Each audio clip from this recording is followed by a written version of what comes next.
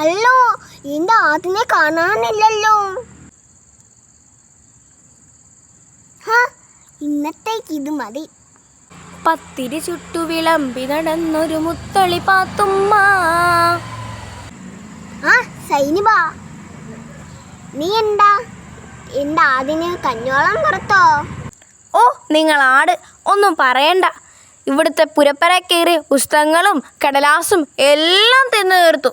പിന്നെ ആ കഞ്ഞോളം.